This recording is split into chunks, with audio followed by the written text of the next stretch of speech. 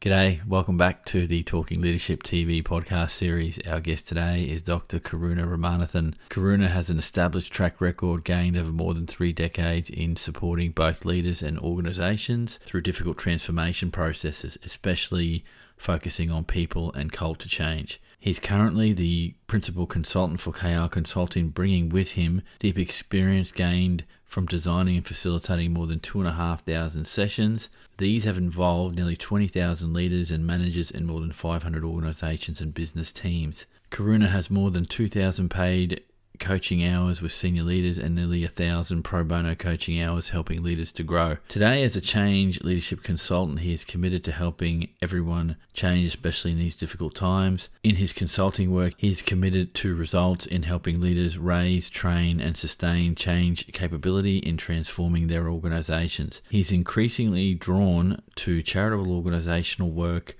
around needed change and is prepared to share his expertise as a way of giving back to his community and society more broadly. Our discussion focused on change leadership and leadership issues more generally. Thanks again for supporting the podcast, but enough from me. I'll hand over to Karuna.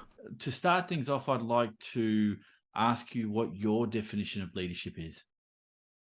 Well, thank you, Eric. It's a real pleasure and privilege to be here speaking to you and to all listeners. And I think it's a really, really important topic these days. It's become so important this last 1, 2, 3 years. And simply because the academic definition of leadership is a process of influence. And that means you work in a process where you start to influence people. And so leadership development actually is that process. You develop yourself in an organization to be able to influence people. I think we've just jumped that a little. So to answer your question, leadership is simply influence today. It's no longer just a process. It might still be, some parts of it might be a process, some parts of it is probably a practice, but at the end of the day, it is simply the question on the table for all of us leaders in organizations is whether you have influence. Now, this is becoming disconcerting for most people because the traditional view of leadership is around the few who rise to positions of power by appointment or by just simply by their knowledge. And depending on where that is, that group has actually started getting a lot bigger. And I'm going to speak a bit about that later on. But I would say leadership is influence, period. Full stop. I've always looked at the leadership question around process and what does good process look like, what does bad process look like, and that time-centered discussion around leadership in the now versus leadership in the future is a very interesting one. And I hate to go there with this, but COVID-19 has given us some idea about what the transitory nature of leadership and that the ability to pivot quickly and to be strategically agile and flexible is something that I think has caught out some leaders, not because they don't have the capacity to deal with the issue, but I think COVID it having the dubious distinction of being a pandemic threw everyone for a six. So we all were in a bad position, and it's how you dealt with that. So before we go on to the next area of discussion, I just want to get a sense from you, given that you've been around the traps, you've seen leaders and you've seen good and bad practice. Is it fair to say at this point that COVID and big events test that idea about the transitory nature of leadership and that time issue when we're talking about the leadership process? Totally. I believe that how we got to this point until just before COVID was largely leadership in organizations determined by work groups and positions in organizational charts and what was clearly visible by appointment. And so basically you would rise to a certain level where you'd go up from supervisor to manager to leader, and it would be undisputed that you actually have control over resource and therefore by default by control over people and their work. and the language that was used there. And it's no surprise that you're seeing words like, I mean, frames like KPIs, deliverables, and all that. That's the language of management, and management actually is the order required in organizations. So it's pretty Tayloristic. I mean, when you get to this point, it's a largely manufacturing factory shop floor, and all that's fine, because the one fundamental assumption there is nothing much would change inside your organization quite so quickly, and certainly you don't expect too much of changes in your environment. That would be like 10 or 20% or 30% of shifts and changes that you might want to make. But for the large part, it would be firm, stable, predictable, not so complex, largely just complicated. And with that frame or that paradigm, you could actually put order, and therefore order translated into hierarchical order or bureaucratic order, or mix of both. And most organizations, almost all organizations, have, the moment you ask, tell me how you're organized, they show you a organization chart, waterfall, and every one of us can see, and you can actually pin your position on that. And you would then go to work expecting to do what you were hired for, and you would want to leave work knowing you've done a good day's job. And all that just simply means the sea is calm, the clouds are there, it's not raining, it's all fine, there's no rocking the boat.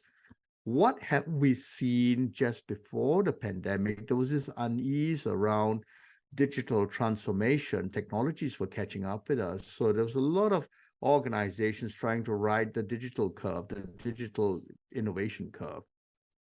Then came the pandemic, and now that entire digital transformation piece juxtaposes with all that uncertainty and instability we're seeing out there, and new forms of working. So there are external and internal forces that are actually working on organizations right now. And the consequence of that then means the redefinition of norms that we hold around leaders, leadership development. So there's massive change happening. And you can't tell someone who's been at home for like 2 years trying to make sense of his or her world that he needs to come back to work and conform to what people are telling him to do or her to do. Because what has happened quite magically, despite the pain, in the 2 years is you have had to take charge of your life. We've all had to make choices. We've all had to decide about the commitments and the priorities and the effort that's required. And hey, I'm not going back to work to listen to a manager who's just ordering me around. It's just not respectful. I have my views and my priorities. So there's plenty happening, and it all augurs for an expansion of the concept or the mental models we hold around leadership as in position. Leadership now, and going back to it, is simply the extent to which you are able to, wish to, or need to influence others around you.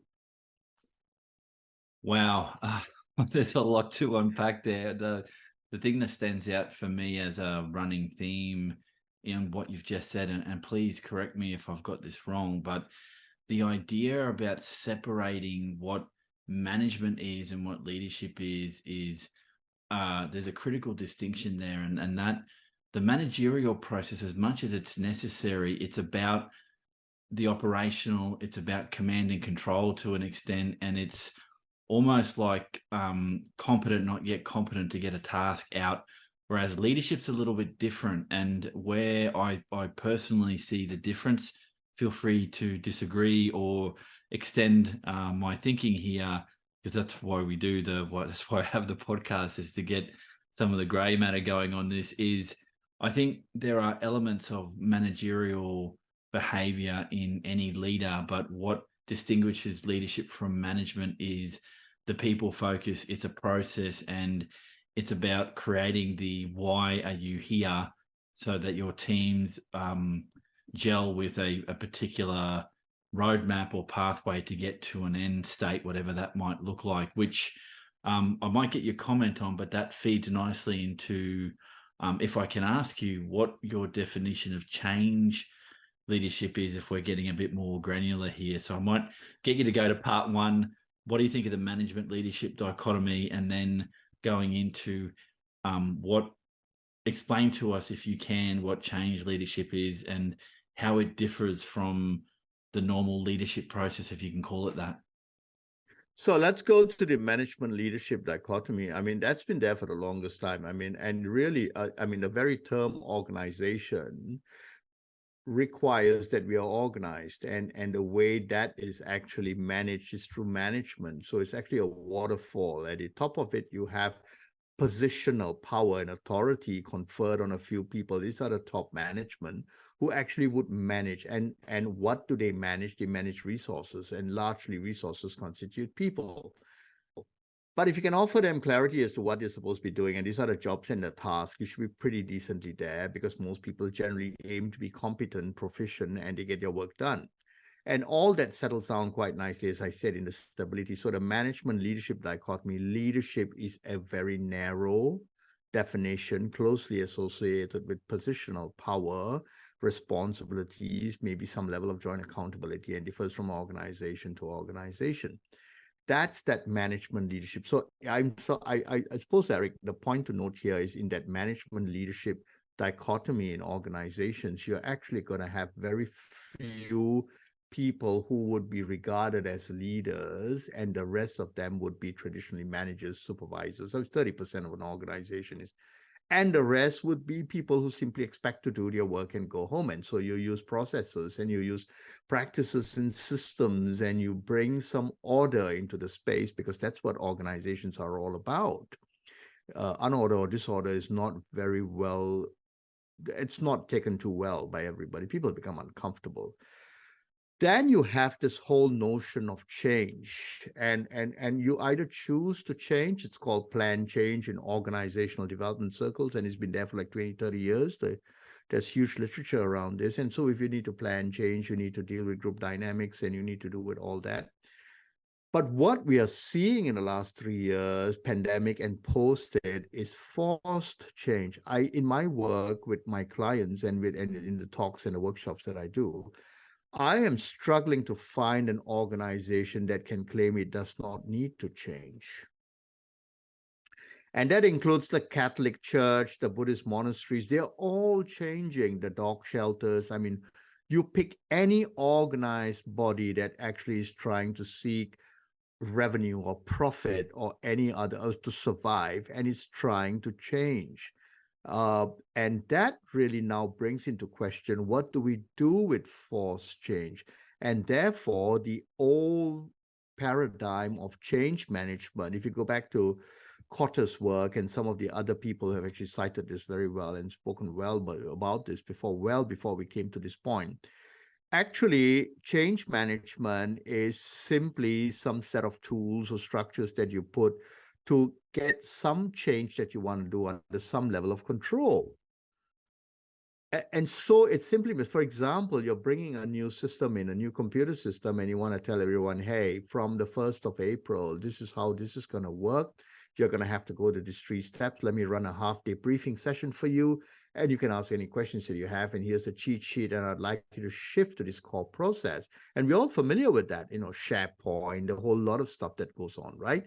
And that has been pretty much the idea of change management, where you could literally run a workshop for a half a day or a day, explain to people the change, explain to them what that change will entail, and explain to them what they need to do to get that going. For most people, it's simply, all right, so I have to do these 5 steps from this point onwards. And I don't like it, but I'll need to get used to it, because they're going to shut down the other system or whatever.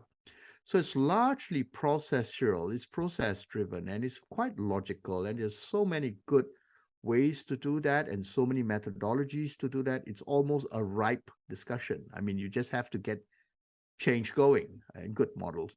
And now we come to this other larger definition of change leadership, which is the kind of work that I do and my associates do. And change leadership, goodness me, it starts with, and I mean, it's been said a vision, but I would like to bring that down a little bit. If you as a leader, or the bunch of leaders up there, believe that you're going to have to do something quite differently, either to grow in a market or to actually survive or whatever that might be, you need to start to shift gears. And when you shift gears, it starts with that entire strategic vision and that strategic clarity. And are you sure, is this where you want to go? Has it been sanctioned by your board? It's actually got all the, if you don't know what to do, go get a big four, big six, and they'll help you with it, because that's what they do. They have huge content teams. Once that is settled, the change leadership journey starts with unpicking some parts of that strategy into pieces that you could work on within a certain timeline. For most organizations, it's nothing more than 12 months to 18 months. So you could have a grandiose vision about where you want to go in 5 years' time. I want to expand into Europe, but it then breaks that down into, so what needs to happen in the next 6 to 12 months? And that is for a large part, Eric, an idea that can only be translated into the organization through change leadership, bringing that idea, largely visionary, into the organization, examining together with a few other people whom you actually would pull together, influence now, as to how that idea manifests itself in terms of the structural tensions. Maybe there's some things you need to change in the organization if you go and pursue that, or often the emotional tensions, how people perceive things, the anxieties that build around these new areas, the demographics, the used ways of working, the all that other associated tensions. When you actually do that, you start respecting, and this is a word that I use often, respecting that the system is where it is, and how do you then bring the idea into system. Now, in change work, that's called execution. And change leadership, therefore, is the methodology, the behaviors associated with successful execution. It is all about influencing people with the required data. That's easy to find. I mean, that's normally by appointment. Information, yeah, maybe you need to dig a little harder there, because some people actually know quite a number of things and they know a lot of people, right? Knowledge, some people have a lots of tacit knowledge, and this is where the older, mature experts come into play. And finally, wisdom. I mean, you don't want to repeat the mistakes others and yourself have made. So actually, when we run this, it's actually a mapping thinking exercise as to who you need to have on your team versus what you're asked to do. It's a fundamental shift in the way in which we work ideas into a system. Successful execution, then, I would boldly say, depends and demands change leadership. I hope that's coming out nicely for you, Eric. Yeah, that makes a lot of sense. I one observation from someone who, I'm not working in this area, so there's a fascination here for me as to how the bits work together. In broad terms, is what you're describing a melding of the understanding of the leadership process and a reimagining of sorts of what change management looks like? Is that where you, is that how these things have combined, or is it a little broader than that? And I'm definitely not asking to be a smart aleck. I'm trying to get my head around this, because no. I get the elements. I'm just trying to think what was the glue that So brought them together? Great question. So change management aside, there's always going to be room for change management, right? Because you're always going to be bringing new systems to replace old ones. You're going to be creating new processes.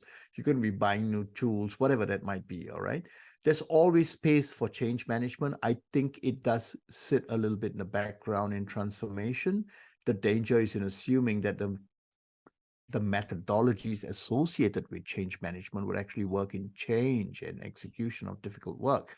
Now, where the tweak has probably happened is, if you really think about it, the people at the top never drive change. Their job is to figure out what needs to change for the organization to survive or to be game changing. I've given up trying to discuss senior leaders. I just said, I think I said it in another podcast. Hey, you know what? If your senior leaders can't cut it, you just need to get new ones. Because there's really, the demand is that they are able to strategically execute whatever. I mean, strategically think through whatever. And these good people, they actually go to good schools. They are all tried and tested, and no one's going to appoint anyone as a C-suite unless he or she's proven or tested. I mean, if it's a family business, it's quite different. what the implications of what I'm saying is simply a seismic shift that a lot of us still refuse to accept, which is now managers will have to execute the change. And therefore, you have to have managers becoming leaders to be able to influence people. And that is not DNA stuff. Look, managers did not expect that. Managers expected to actually look after just the work and maybe some parts of the people, right? Or the problem people. But now managers have to influence and they need to do three things. I mean, they need to become adaptive team leaders and still function in their functionality. So they still sit in function because you're not going to reorganize everyone.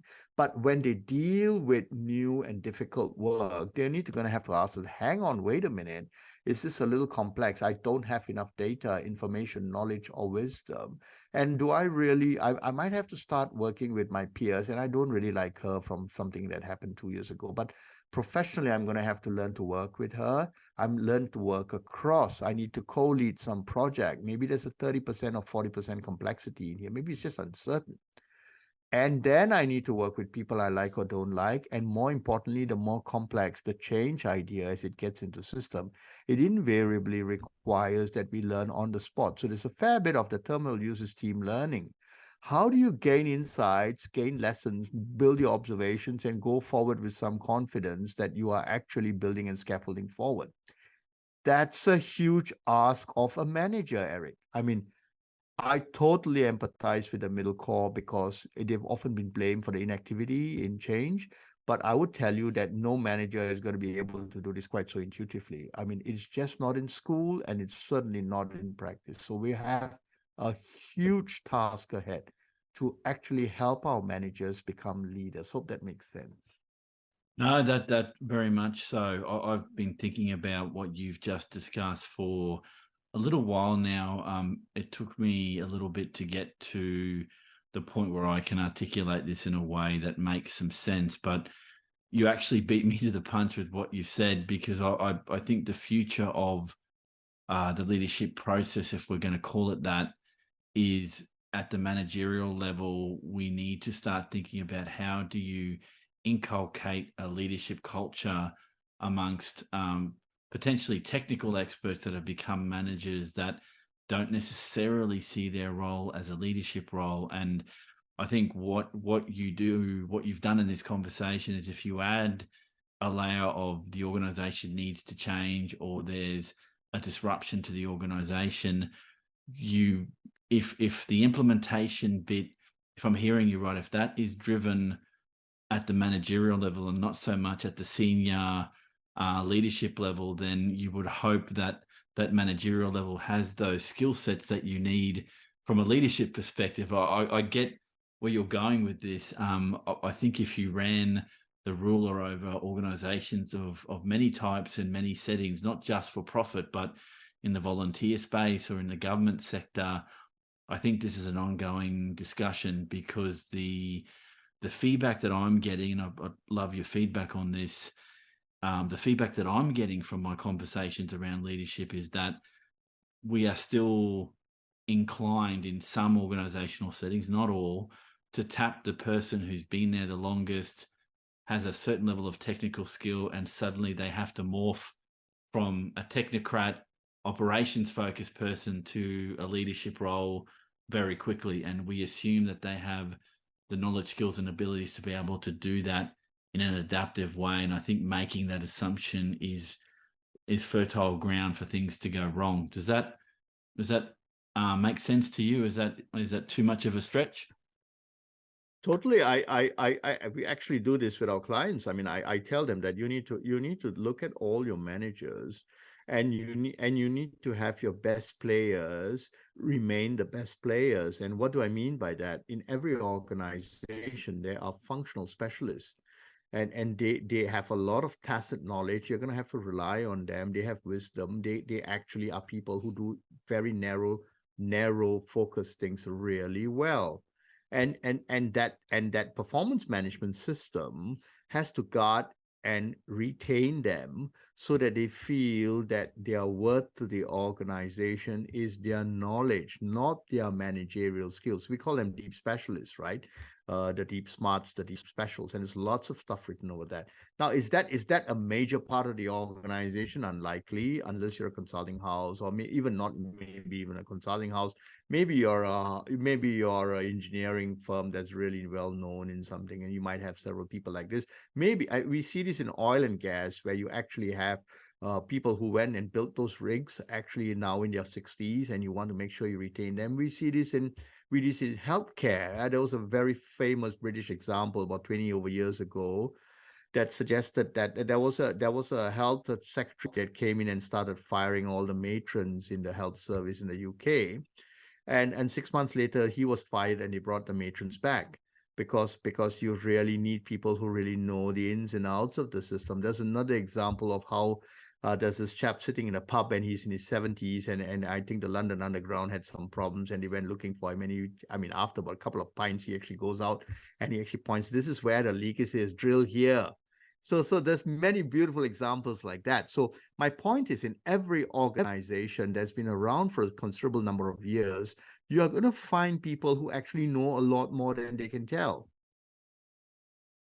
And you need to watch them, because the last thing you want to do with these good people is to put them through that horizontal stretching exercise that we call adaptive. And they're not going to take too well to that, because, hey, wait a minute, I've been at this for 30 years and you're asking me to ask other people and work with other people. No, that's not going to work. Luckily enough, in our work with clients, we believe that this is a minority that you can literally map. Quite logically, who's been there? What are they good for? What do people say they're good for? But there is a significant number of managers, and that actually can be actually moderated based on the pace of the transformation, who will quickly need to gain new awareness and sensibilities, new skills and abilities, and eventually new attitudes and beliefs about how work gets done, and counter to how performance gets measured in organizations. Because the one thing, Eric, that's not seeming to move fast enough for good people is, you tell me to work with other people, but you know what? When it comes to appraisal, you still pretty much judge what I did. And so therefore I will default to what I will do, and therefore I will not work with other people as a priority. And so here's the other problem that's facing organizations. We don't have, as much as a lot has been said about what we should be doing about this in LinkedIn and all the other sites, there isn't a very acceptable way, a decent way of how we should be measuring collective or team performance. It's a really difficult area. I think Microsoft has tried it, and they're having their challenges. They've gone the 30-70, and it's quite well publicized. They threw out the bell curve, but a lot of organizations are still relying on that quota, the bell, the standard deviations, the large C group, and that pisses people off. Because if I'm going to stretch out of my comfort zone, I expect to be acknowledged extrinsically. That's where this lies. Yeah, that's that opens up this conversation to a whole lot of rabbit holes. One thing one thing that stands out in what you've just said, and it's given me some food for thought there around the irony that management leadership literature really does talk about the primacy of teams, yet if your contention is we don't know how to acknowledge, remunerate, sing the praises of our teams, what's in it for the person in the team? And I keep coming back to this thought again. This is purely speculative on my part, that human beings in teams will have a thought process on occasion that, for my 10% extra effort or more effort from me, what is going to be the outcome for me at the end of the process in terms of recognition? And it doesn't always necessarily mean money. And where I have some confidence in saying that is particularly with millennials and younger generations coming through in the workforce, a basic recognition of effort and contribution to the organization can be enough to keep people committed to the goals of the organization. Yet those expectations may not marry up with the reality of the world of work. And by the sounds of it, you've encountered organizations that may not have a handle on how those two worlds might collide. And where I see fallout there is you'll lose good new people potentially, but you really don't want to lose those that have got that corporate knowledge, that have been in the place for any length of time. And that this came up in some discussions I've had in previous podcasts that I can share with you here, that to what extent do we value the wisdom and the older workforce that we've got there, about their contribution to how the place operates. And that as a leadership challenge is huge, because if you lose that good core of people that understand how the place works inside and out, you're going to have problems. And you just mentioned those engineers, those people that worked on oil rigs that are now in their 60s and 70s. When they move on to the next world and they're at peace and they don't have to worry about the goddamn world of work, what are we going to do about their corporate knowledge? How can you capture that in a way that doesn't look like you're just trying to drain their brains of information without actually valuing the not just the length of time in a role, but how they've helped to grow the organization in which they're in? And these are some meta conversations, but I guess you've brought them out in what you've just said, and it makes for the leadership process that much more challenging and that much more nuanced. Is that what you're experiencing, or have I drawn too Totally. long a bow? Totally. I mean, I regularly have conversations with senior leaders, and they tell me that, we went into a bit of a crisis, and basically this is what happened, and we should have caught it. And someone actually said we needed to pay attention. That someone is someone with 32 years of service, and hey, wait a minute. I mean, like years ago, I remember I was in Tel Aviv, and just on some work, and I'd actually stepped out, and there was this little cigarette space where people actually had a smoke, and there's this lady, and she looked like she was in her 50s, right? And so just 50s. And I said, wow, I mean, like, you must have worked here for a long time. And she said, yeah, 40 years. And I said, okay. So I started cranking, right? 40 years, geez, you must be in your 60s. And I said, so what kind of work have you done? And she said, I've just done the same thing for the last 40 years. And she coolly says that. I mean, I've just done the same thing for the last 40 years. So we go back into the room after that smoke. And I sit down, and there's like about 15 people in the room, and she walks in, and she goes to the back, and then she's introduced as the expert in that frame. Okay. The point that I took away from this, and this is actually part of my PhD. I mean, I studied this for years. Intuitive tacit knowledge does not arise simply by discussion. It is triggered by situation. So you're going to have, the more things become complex, you're going to have many situations where there are people who would actually be able to help us, right?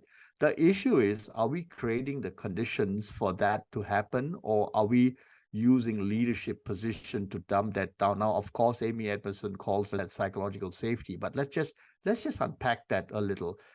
The rate of change that we are facing is probably directly proportional to the expertise and wisdom we have in our organization. So if you're not prepared to work that as a matter of process or by design, then and I say that because that's what we teach managers to do. When you become adaptive team leaders, your focus is not on solving the problem. It is on sense making, and sense making is one of my good friends. I have actually, this belongs to him, and I'll just acknowledge that. It's simply the art of framing problems. And when you can frame problems together, somewhere along the line, someone's going to give you that insight, either by data, which you have to probe and find out, or by wisdom, which you have sensed and failed before. And that's so powerful. And so we really need to, and again, the cardinal word I'll go back to here is, we really need to start thinking about how we respect each and every individual in organizations. Instead of trying to create this sense of belonging, how about we try to define what fulfillment might mean to each and every individual? Yeah, that's There's a scary amount of difference there because one thing that sticks out in my mind, and I don't know what the solution is. It's easy enough to spot a problem. It's a lot harder to find a solution for it. But here goes. I get the sense that in some organizations, the ability of leaders to give up some of that position power and allow people to be an active participant in strategic thinking, in the thought processes, is sometimes not as good as it could be. And I'm a big believer in the more brains you've got in that room, and the better. And if some of those brains have been around this earth a lot longer and has spent a considerable part of their adult life working in that organization, they will have nuggets of wisdom, as you've said multiple times, and insights that you might not have. That doesn't mean you can't generate those insights, but at a time when timing matters in business and you need to get decisions made in certain strategic timeframes, drawing on the wisdom of others seems to be intuitively the right way to go. But does it actually happen that way on the shop floor? I would suggest that not all the time. I can't say that it doesn't ever happen, but I think when we're talking about leadership, not only are the people involved key to the process, you've got people leading the process, and human beings are fallible. We don't always see the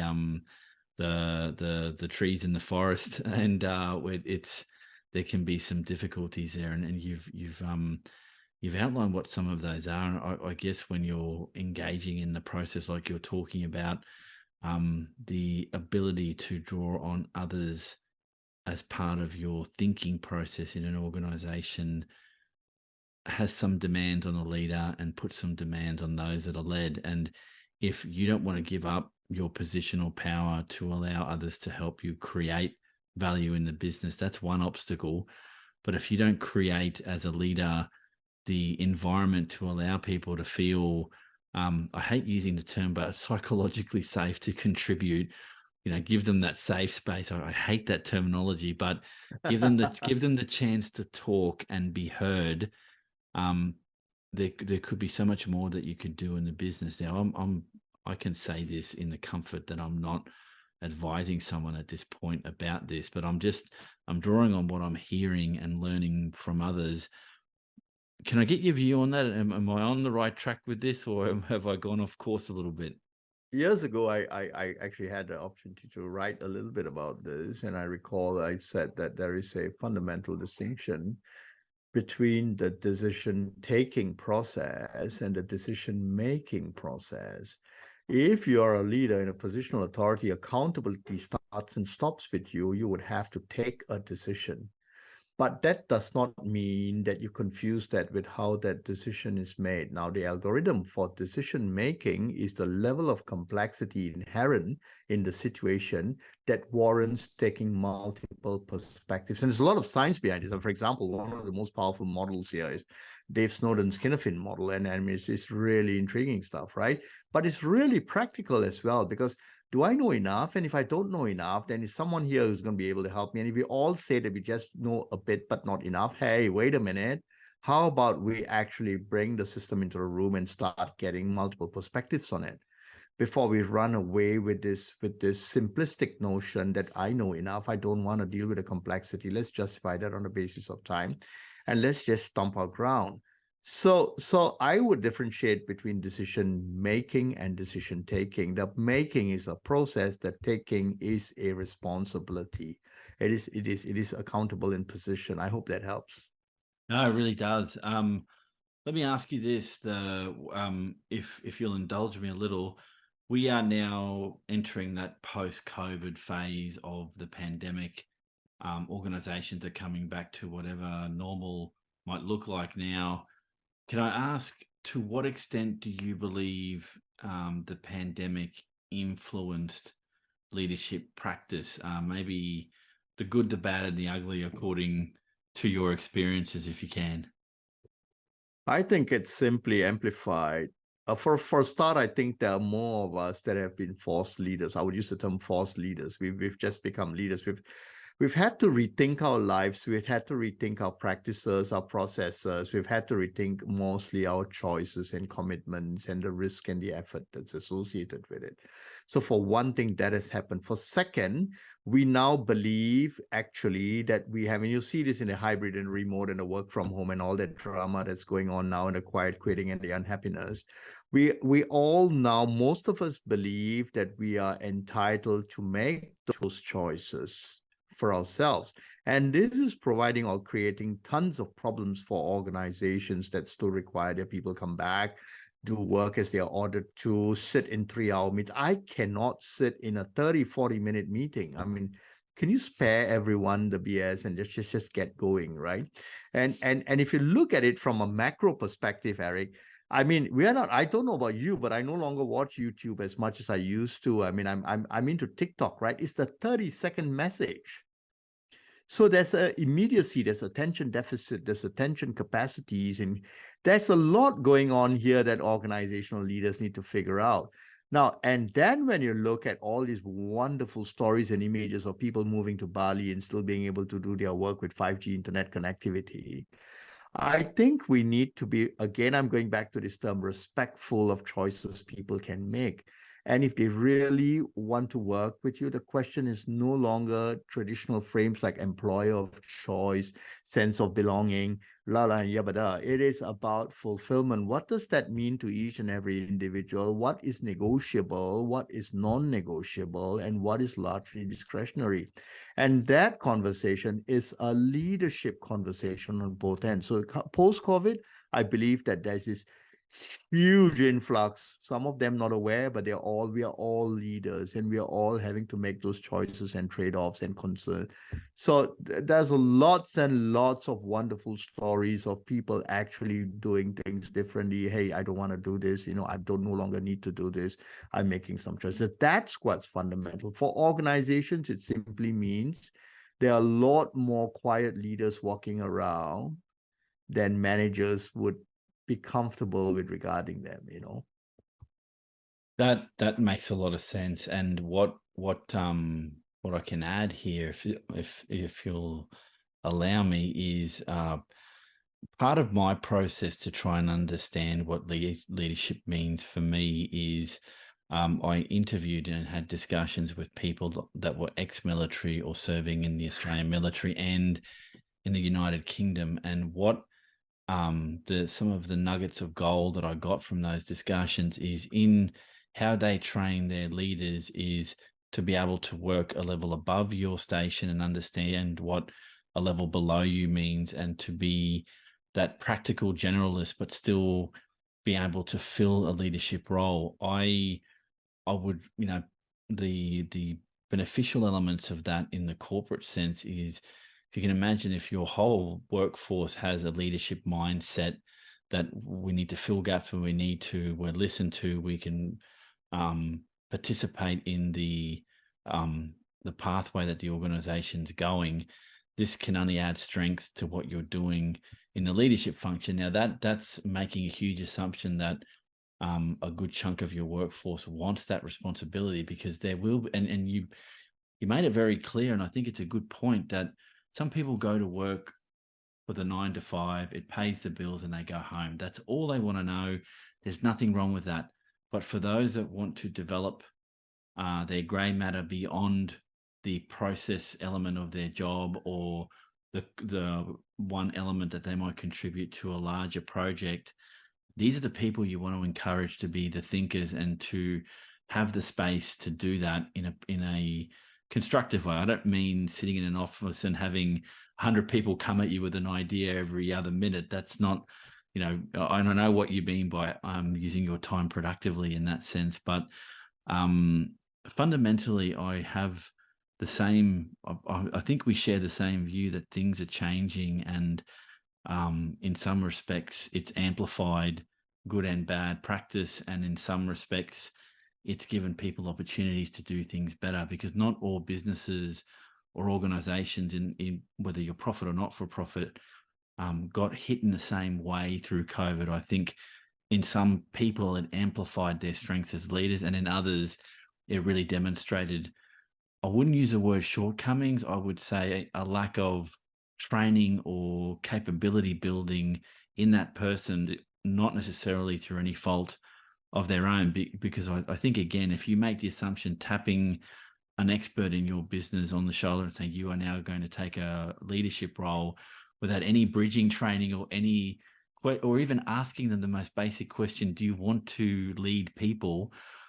I think we make huge mistakes in assuming that Oh that's just going yeah, to work. totally. Yeah. Totally. So you need to recognize that adaptive team leaders are not all your managers. You just have to put some design into it, and in a context of a transformation, it is consultants like us. We actually get in there and we actually kind of look at what might be needed in terms of work, and if these good people, are going to be challenged by the change, then you might want to get that going. But you also need to preserve that layer. I call it a 30% layer in an organization where you have good people been there for longest time. They're good managers. They know their work. Their currency is not changed. Their currency is knowledge and wisdom.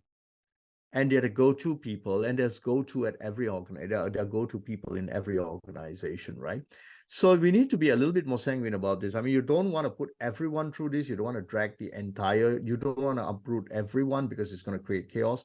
But there needs to be a little bit more thinking in terms of what you need to do, how fast you want to go, and who's likely to be the most affected, and get that going. And I think that's a respectful, responsible thing to do, to try to help the right people and not all people. Yeah, agreed. I would love to have a discussion with you at some stage around how do you pick those right people?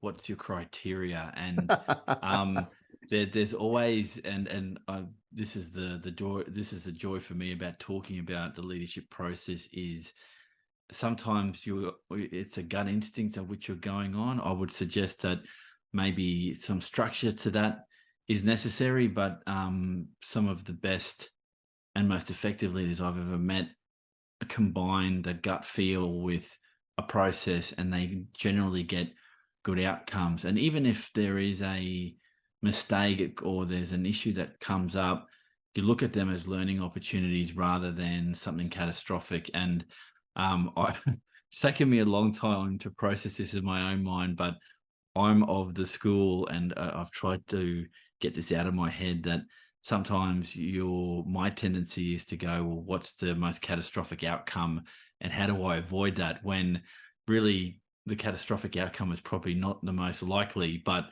it's one of many that can happen. And the ability to get some of that fog out of your head and deal with what's in the now is important. And you've made that pretty clear today. And it seems that this is a work in progress, and I'm for not 1 second assuming that there's not enough goodwill or even that strategic thought amongst leaders that they need to come to grips with this in a big bad way. But why I think there are many consultants and experts working in this space is that they don't know, they don't have the how, they don't have the process. They know that they need to do it, but not necessarily the roadmap. And I think once they get to that point of realization, they reach out and want assistance. And obviously, they're the organizations that you're dealing with. Let me ask, I don't want you to go before at least I can ask you this.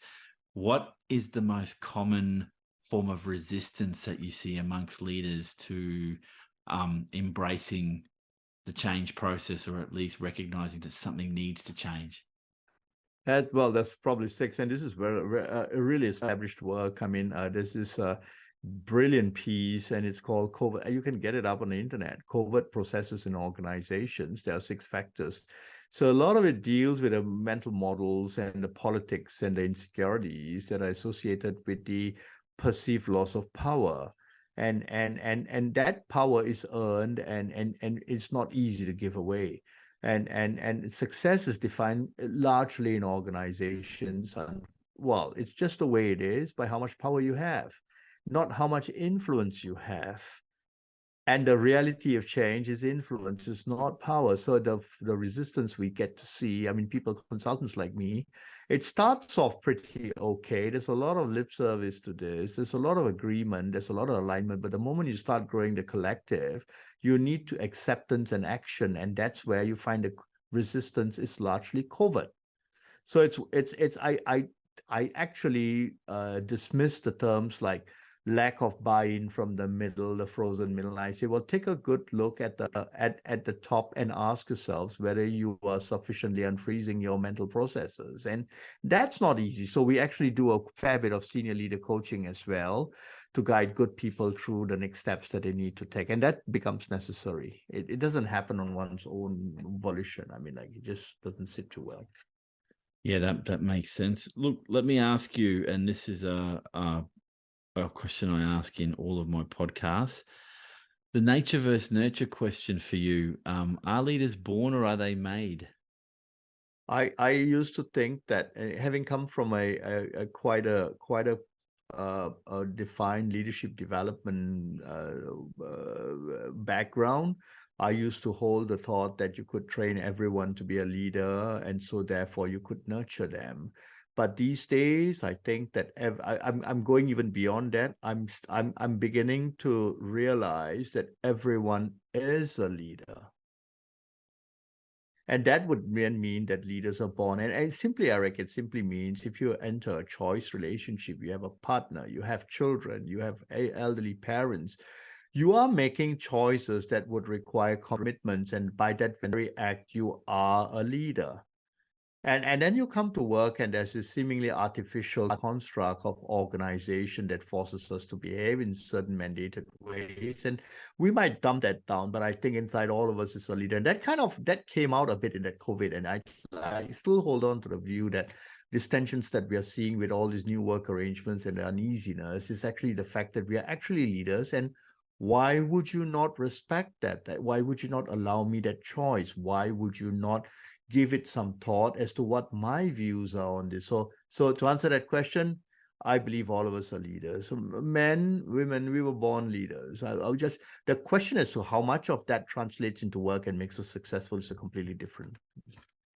Yeah, very good. That's an interesting answer. I like the philosophy that underpins that we're all leaders, or we're all capable of engaging as leaders in a process. It's and you come back to something, and this may be a good focal point for another discussion with yourself, is the issue of choice when it comes to leadership. You can choose to be a leader or you can choose not to be. And I think in organizations, when you come in, if you've made the very tangible decision that this is my 9 to 5, it pays my bills and that's it, it's going to be very difficult to move the dial a little bit. But there are others, and I can remember back to my own start in my career, that I've chased position, I chased the moving up the ladder, but I never really asked myself why. And that's, I think that part of the philosophy, asking the why, is important. Because someone a lot more wise than myself said, when you recruit for leaders, or even if you're looking at them internally, be careful of the ones that really want to be a leader, because maybe they're not the right people to take on for lots of different reasons. I see you smiling there, and I think there's some truth to it, but there are some really good people that just want the chance to take on responsibility, not position power, as you've stated, but more the ability to have a go and bring people along with them. And that's an influence discussion rather than a power position discussion. And you've made that clear. This has been a really good chat. But before we go, let me ask you this: if you could get the crystal ball and talk to a 20-year-old version of yourself, what would you say to yourself about what makes for an effective leader? I always I used to think that courage would be really important. The courage to chase, to do what's right, to do a whole lot of stuff. But these days I'm settling on the word respect. Respect everybody and respect yourself. and do not allow anyone to damn that down for you, and do not allow others to disrespect others. And I think that is singularly most important for a leader to grow his or her influence. A respectful person would be able to practice empathy and demonstrate humility. A lot of that is lacking. Karuna, this has been an absolutely fantastic discussion. Thank you for giving me your time. It's been a real privilege, Eric. Thank you. The hour just went right past. It was a really good conversation. Thank you for that. That concludes our podcast. I'd like to thank Karuna for his time and insights on the leadership topic, particularly when it comes to change leadership. As always, thank you for following the podcast. Our next guest is Fiona Passantino, who will be talking to us around the topic area of lessons learned from mythology and post-COVID communication from a leadership point of view. Hope you enjoyed today's podcast. Please drop a like and subscribe if you can to support us and help the channel to grow. Have a good day, rest of your week, and we'll catch everyone on the next episode of Talking Leadership TV.